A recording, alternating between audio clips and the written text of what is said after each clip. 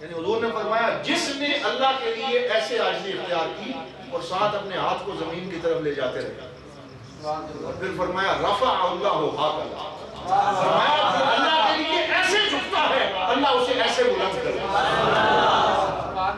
حضور ذات فرماتے ہیں یہ ہے میرے نویکلے رب، اے میرے نویکلے رب، یعنی بندہ قرب کے اس مقام پہ پہنچا ہوا ہوتا ہے۔ یہ جس کو معنی سمجھ ہو نا یہ وہ نقطہ جانتا ہے، یہ حضور ضیاء الامت جیسی ہستیاں جانتی ہیں، یہ امام غزالی جانتے ہیں، کہتے ہیں بندہ اپنے رب کے اتنا نیڑے ہو جاتا ہے، اتنا قریب ہو جاتا ہے، وہ سمجھتا ہے اب جتنا میں نیڑے ہوں اپنے رب کے اتنا اور کوئی قریب نہیں ہے، وہ کہتا ہے اے میرے نویکلے رب، یعنی وہ یہ سمجھ رہا ہوتا ہے کہ اب سب سے زیادہ قرب اپنے رب سے مجھے نصیب ہے۔ پھر یہاں پہ ایک اور نقطہ ہے، آپ 3 دفعہ کہیں سبحان ربی العظیم، سبحان ربی العظیم، نماز کا لطف لے کے پڑھیں، آپ اپنے رب سے ہم کلام، جو نمازیں زندگی کی باقی ہیں آئیں کوشش کریں کہ نماز کا لطف لے کے پڑھا جائے۔ آپ ایسے کریں، یہاں میں آپ کو ایک اور حدیث اپنے آقا کی سناتا ہوں، کہہ دیں صلی اللہ علیہ وسلم، بڑی پیاری حدیث ہے۔ حضور صلی اللہ علیہ وسلم نماز پڑھ رہے، ایک بدو اور عربی جو دیہات سے لوگ آ کے اسلام قبول کرتے ہیں، وہ اس نے نیا نیا اسلام قبول کیا، وہ آئے اور پہلی دفعہ اسے حضور کے پیچھے نماز پڑھنے کی سعادت حاصل ہے، اور جب زور کی نماز تھی اور اس میں جاری قرات نہیں ہوتی، اس میں خفی ہوتی ہے، دل میں پڑھنا ہوتا ہے، تو حضور نے نماز پڑھائی، خود سرکار نماز پڑھا رہے ہیں، کیا ان کا نصیب تھا کہ امام خود سید عالم تھے اور جو مقتدی ہیں وہ صحابی تھے، تو سرکار دو عالم صلی اللہ علیہ وسلم رکوع میں گئے، اور جب رکوع سے اٹھے تو حضور نے فرمایا سمع اللہ ہو، بولیے سمع اللہ ہو لمن حمدہ۔ اس کا مطلب کیا ہے؟ اللہ تعالیٰ نے سن لیا لمن حمدہ، اس بندے کی آواز کو جس نے اس کی حمد بیان کی۔ سمع اللہ لمن حمدہ، اللہ نے سن لی اس کی حمد جس نے اس کی حمد کو بیان کیا، یہ اس کا معنی۔ اب وہ عربی بدو دیہات سے، ان کی عربی تو ان کی اپنی زبان تھی، اس کو ذوق آ گیا جب اس نے حضور کی زبان سے سنا نا کہ اللہ میری حمد کو سن رہا ہے، اللہ میری آواز سن رہا ہے، تو کہنا تو یہ تھا ربنا لک الحمد، اے اللہ ساری تعریفیں تیرے لیے ہیں۔ اس نے کہا کہ اگر اللہ میری حمد سن رہا ہے، مجھ فقیر کی، مجھ نکمے کی حمد میرا رب سن رہا ہے، اور حضور فرما رہے ہیں کہ سن رہا ہے، اس نے کہا ربنا لک الحمد حمدا کثیرا طیبا مبارکا فیہ ملء السماوات ملء الارض وملء ما شئت من بعد وملء ما بینہما۔ کیا اس نے کہا؟ اس کا معنی سنیں، اس نے کہا ربنا لک الحمد، اے اللہ اگر تو میری حمد سن رہا ہے تو اے ہمارے رب لک الحمد، تیرے لیے حمد ہے ساری، تھوڑی نہیں۔ اس نے کہا حمدن، ایسی حمد کثیرن جو بہت زیادہ ہے، طیبن جو بڑی برکت والی ہے، مبارکن فی ہے اور جس میں برکت تو نے ڈالی ہے۔ پھر اس نے کہا یا اللہ میں اتنی تیری حمد کرتا ہوں، ملء السماوات، ساتوں آسمان بھر کے تیری حمد کرتا ہوں، اور ملء الارض اور زمینیں بھر کے تیری حمد کرتا ہوں، وملء ما شئت من بعد، اتنا میں نے بھر دیا ہے اب باقی میں بھر نہیں سکتا، جتنا تو چاہتا ہے بھر لے۔ وہ دیہاتی آدمی تھا، اپنے ذوق سے کہا، اس نے کہا یا اللہ زمین و آسمان کے درمیان جو گیپ ہے، ساتوں زمینیں ساتوں آسمانیں بھر کے یہ بندہ تیری بارگاہ میں حمد پیش کر۔ سبحان اللہ، یہ اس کا ایک محبت تھا، اس کا ذوق تھا۔ جب نماز مکمل ہوئی نا، سرکار دو عالم صلی اللہ علیہ وسلم نے پیچھے توجہ فرمائی، فرمایا آج کس نے یہ جملے پیچھے سے کہے؟ اس نے تھوڑے اونچے کہے، سرکار نے سن لی، فرمایا یہ کس نے کہے؟ اب وہ چپ ہو گیا، اس نے سمجھا کہ مجھ سے کوئی غلطی ہو گئی اور اب شاید میری سرزنش ہو جائے، وہ خاموش ہو گئے۔ سرکار نے پھر پوچھا کس نے کہا؟ وہ خاموش رہا۔ تیسری دفعہ میرے آقا صلی اللہ علیہ وسلم نے ارشاد فرمایا بتاؤ کس نے یہ جملے کہے ہیں؟ ساتھ ہی فرمایا انی رأیت ثلاثا وثلاثین ملکا یتبادرون الی اخذ ثواب هذه الکلمات۔ فرمایا جب یہ بندہ یہ جملے کہہ رہا تھا، میں نے دیکھا آسمان سے 33 فرشتوں کا ایک قافلہ آیا اور ہر فرشتہ یہ چاہ رہا تھا کہ یہ جملے میں پہلے اللہ کی بارگاہ میں پیش کروں۔ اس نے وہ اتنے اچھے جملے کہے کہ 33 فرشتے آ رہے تھے اور ہر فرشتہ یہ چاہ رہا تھا کہ یہ جملے میں پہلے اللہ کی بارگاہ میں پیش کروں۔ کیا اس کے جملے تھے؟ اور دیکھیں صحابی کہتے ہیں سرکار کو اتنے پسند آئے اس کے وہ جملے کہ حضور نے انہیں اپنی نماز کا حصہ بنا لیا۔ جب سرکار نماز پڑھتے حضور بھی ایسے ہی کہتے ہمارے لیے یہی حکم ہے کہ آپ، کیونکہ ہم کمزور لوگ ہیں، ہم اتنا یاد نہیں کر سکتے، ہماری زبان عربی نہیں ہے، ہمیں کہا کہ اتنا ہی پڑھو ربنا لک الحمد، لیکن خود حضور اسی طرح پڑھتے ربنا لک الحمد حمدا کثیرا طیبا مبارکا فیہ ملء السماوات ملء الارض وملء ما شئت من بعد۔ اس سے یہ پتہ چلا کہ جو بات اچھی ہو وہ بات اگر کوئی اپنے دل سے محبت سے کر دے وہ بدعت نہیں ہوتی، بلکہ سرکار دو عالم اسے خود اپنے معمولات کا حصہ بھی بنا لے۔ اس سے یہ بھی پتہ چلا تو نماز کو اس ذوق سے اللہ تعالیٰ ہمیں پڑھنے کی توفیق عطا فرمائے۔ پھر جب آپ انسان جو ہے وہ وہاں سے رکوع میں جائے اور پھر سجدے میں جائے تو سجدے کے اندر بھی وہ پورے انہماک کے ساتھ سجدہ کرے۔ سرکار دو عالم صلی اللہ علیہ وسلم نے ارشاد فرمایا اقرب ما یکون العبد من ربہ وہو ساجد، فرمایا بندہ اپنے رب کے سب سے زیادہ اس وقت قریب ہوتا ہے جب وہ سجدے کی حالت میں، اس وقت جو اپنے رب سے مانگ سکتے ہو وہ مانگو۔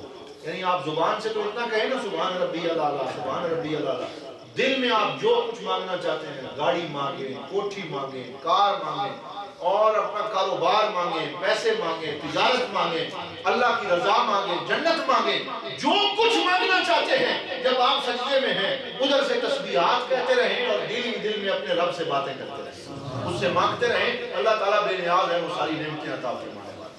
اس طریقے سے نماز پڑھیں۔ اور آخری ایک دو باتیں عرض کرتا ہوں، پھر جب آپ التحیات میں آئیں، التحیات کیا چیز ہے؟ آج یہ نماز کے اتنے معنی بیان ہو گئے کہ جب آپ التحیات میں آئیں تو آپ اس طرح ہاتھ رکھ کے اپنے ہاتھوں کو بھی قبلے کی طرف رکھیں گے، چہرہ بھی قبلے کی طرف ہو، اور جب آپ سجدے میں ہوں کوشش یہ کیجئے کہ آپ کی جو پاؤں کی انگلیاں ہیں وہ بھی قبلے کی طرف رہیں سجدے کی حالت میں۔ لیکن اگر کسی کو عذر ہے کوئی کہ اس کی صحت اس بات کی اجازت نہیں دیتی کہ اس کی انگلیاں قبلہ رخ نہ ہو سکیں لیکن وہ زمین کے ساتھ لگی رہیں، ہوا میں نہ اٹھ جائیں، اس کی نماز بھی صحیح ہو جاتی ہے۔ یہ فقہی مسائل ہیں جن کی تفصیل میں زیادہ نہیں آپ جانا چاہتا۔ آپ التحیات میں آ گئے، اپنی انگلیاں قبلہ رخ کر لیں۔ سرکار دو عالم صلی اللہ علیہ وسلم کے بارے میں حضرت سیدہ عائشہ صدیقہ فرماتی ہیں کہ ایک دفعہ آپ نماز پڑھ رہے تھے، میں حضور کے قریب گئی کہ تھوڑا سنوں۔ سرکار دو عالم صلی اللہ علیہ وسلم کی یہ عادت مبارکہ تھی کہ جب آپ نماز پڑھتے تھے تو آپ اتنی پستی سے نہیں پڑھتے تھے، اسی طرح دل میں پڑھتے ہیں، وہ بھی پتہ نہیں پڑھتے ہیں کہ نہ پڑھتے۔ ہماری کیفیت یہ ہے کہ دل میں بھی ہم آج کل کوئی نہیں پڑھتے، بس ایسے کھڑا رہا، سجدہ کیا، رکوع کیا اور فارغ ہوا۔ سرکار دو عالم صلی اللہ علیہ وسلم نے یہ تلقین فرمائی، یہ سبق سیکھ کے جائیں۔ اگر آپ یہ چاہتے ہیں کہ نماز میں آنے والے خیالات پہ قابو پایا جا سکے، اس کا طریقہ یہ ہے کہ یہ احناف کے ہاں یہ ضروری ہے کہ آپ کم از کم اتنی آواز میں پڑھیں، یسمع نفسہ کے لفظ آئیں فقہ کی کتابوں میں، اپنے آپ کو ضرور سنائیں اپنی آواز، یعنی اتنی آواز ہونی چاہیے کہ کم از کم آپ کو آ رہی ہو، بالکل دل میں پڑھیں منہ کے اندر ہی اندر، لیکن آپ کو پتہ چل رہا ہو کہ آپ پڑھ رہے ہیں۔ حضور اس طرح پڑھتے تھے۔ سیدہ عائشہ صدیقہ فرماتی ہیں میں قریب گئی کہ حضور کیسے کیا پڑھ رہے ہیں، تو سرکار سجدے کی حالت میں فرما رہے تھے، سجدے کی حالت میں۔ اب وہ سجدہ نماز کے بعد سجدہ شکر تھا یا نماز کی حالت میں تھا یہ تو اللہ جانتا ہے، لیکن حدیث کے لفظ ہیں سرکار فرما رہے تھے یا اللہ خشع لک سمعی و بصری و فؤادی کل عضو منی۔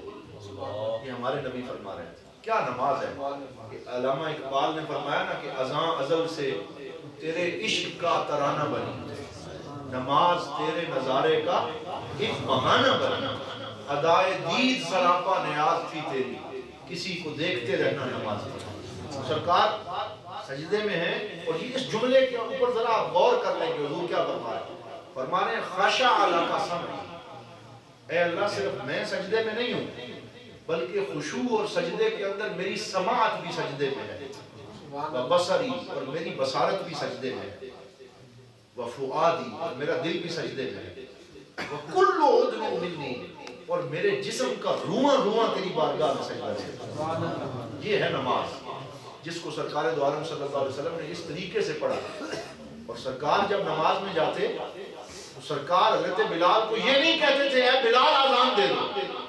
آپ جتنی حدیث کی کتابیں ہیں اٹھا کے دیکھیں، سرکار یہ نہیں فرماتے تھے آؤ بلال اذان دو، بلکہ حضور فرماتے ارحنا یا بلال۔ کیا فرماتے؟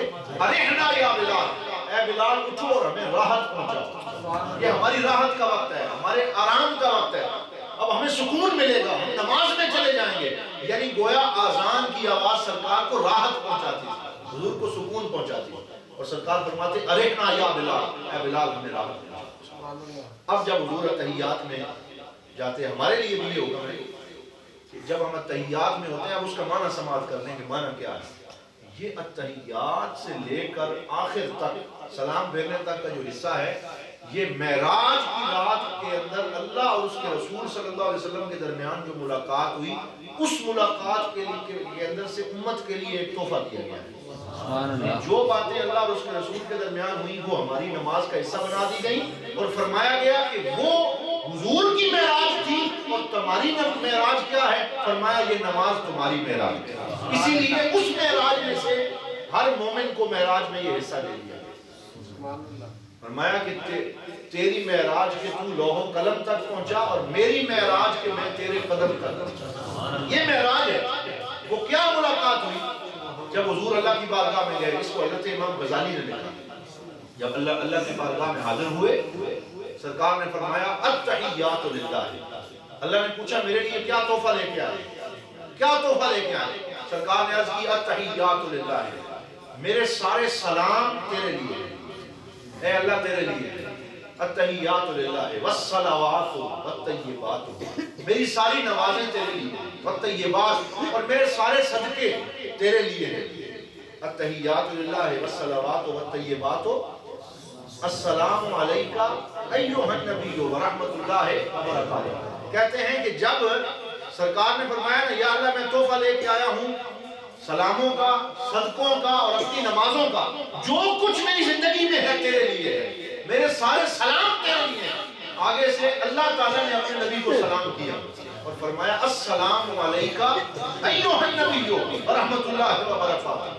اے نبی اگر آپ میرے لیے سلام لے کے آئے ہیں تو میں اللہ جس کا نام ہی سلام ہے، میں آپ پر سلامتی بھیجتا ہوں۔ حضرت امام غزالی فرماتے ہیں سرکار نے جب دیکھا کہ میرے اوپر اللہ نے سلام کیا ہے، اللہ نے فوراً سرکار نے عرض کیا یا اللہ اس سلام پہ پھر میری امت کو بھی شامل فرما، اور حضور نے آگے سے کہہ دیا السلام علینا وعلی عباد اللہ الصالحین۔ یا اللہ یہ تیرا سلام صرف میرے لیے نہیں ہے بلکہ میری ساری امت کے نیک لوگوں کے اوپر بھی تیرا یہ سلام۔ فرمایا اشہد ان لا الہ الا اللہ اشہد ان محمدا عبدہ ورسولہ۔ اس کے بعد آگے حضور نبی رحمت صلی اللہ علیہ وسلم کی بارگاہ میں درود پاک اور آقا نے اپنے والدین کے لیے دعا کو شامل کیا۔